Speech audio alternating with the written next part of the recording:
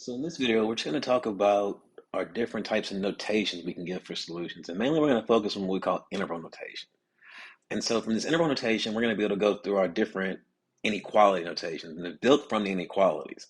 And remember, an inequality is just any symbol that is not equal. So that would be less than or equal to, greater than or greater than equal to.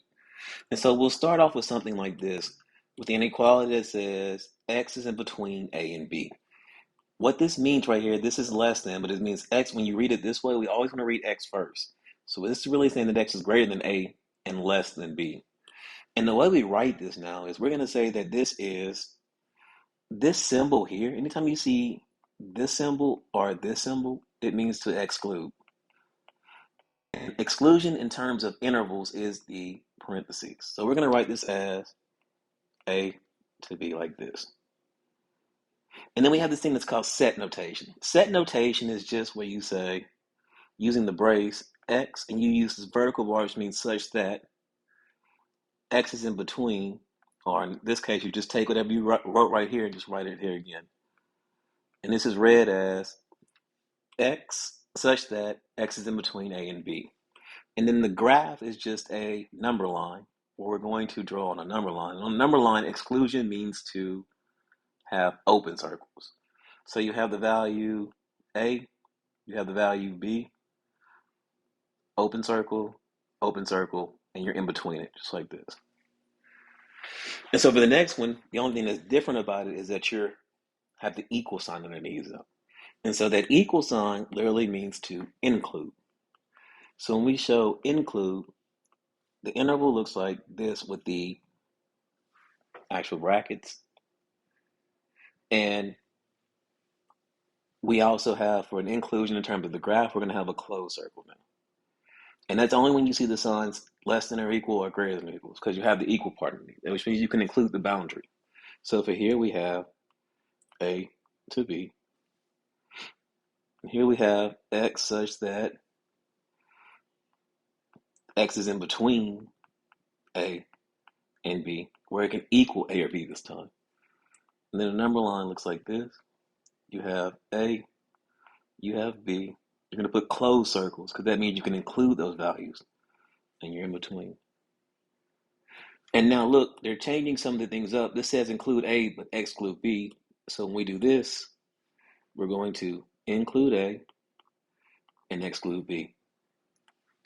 And again, whatever is written right here, you just write x such that whatever you see there goes here. And your number line, this time at a, because you're including a, you have a closed circle. And at b, you're excluding b, you have an open circle. And you're still in between those two values. The next one, as we write this out, looks like this. This time you're including b but excluding a. So that looks like this. A, b, include, such that x is in between a. Well, we don't equal to a, but we do equal to b. And your number line again. Here's a. A is not included, so open circle. B is included, closed circle, like this. And we're in between those two values like this. The next one says a, x greater than a, greater than or equal to a. So this time, greater than or equal to a means it can be, let's assume a was a number like 5. X greater than or equal to a means it can be 5, 6, 7, 5.5, 7.5, 10.5. It can be anything that's bigger than 5. And it can also equal 5. So when we do this, because we're equal and we're including, we're going to start off like this. We're going to put an a here. And because it has to be anything bigger than a, that means it can go all the way up to infinity. And infinity will always take on the exclusion of the bracket, because the parentheses, and that's because you can't actually capture or equal infinity.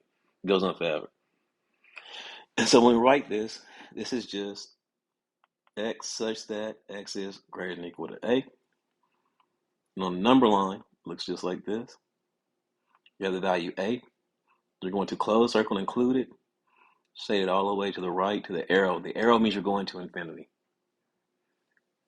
On this one, You're excluding a, so it looks like this, a to infinity, x such that x is just greater than a. Here's a, open circle because you don't include it, shaded this way to infinity. X less than or equal to a. So less than or equal means you use the bracket. And this time, because your biggest number is a and you're doing anything less than a, your biggest number is a. So your biggest number is 5 and there's anything less than 5. Means you're going 5, 4, 3, 2, -2, -5, all those numbers like that. You're going to your negative infinity. You start at negative infinity. So because it's negative, again, it always takes on the parentheses first. So it's negative infinity to a, and we're going to include a. And again, we write it as x such that x is less than or equal to a. When we do this time, here is a. You're including it, so it has to be a closed circle, and you're shading it to the left. And then the next one is x less than or equal to a. And so because it's x less than a, this time, when we do it, it looks like this. Because you're going less than, it's negative infinity first, and you're not going to include a. So it's x such that x is less than a. Because you're less than what we don't include. Here's a, open circle, shades to the left. And then the last one is all real numbers. Well, all real numbers mean it can be any negative, it can be any positive, it can be any number. So we do negative infinity to positive infinity. And when we do all reals, we just use the scripted R. And this R stands for all real numbers. And on the number line, that's just every number this way, every number that way, and everything in between.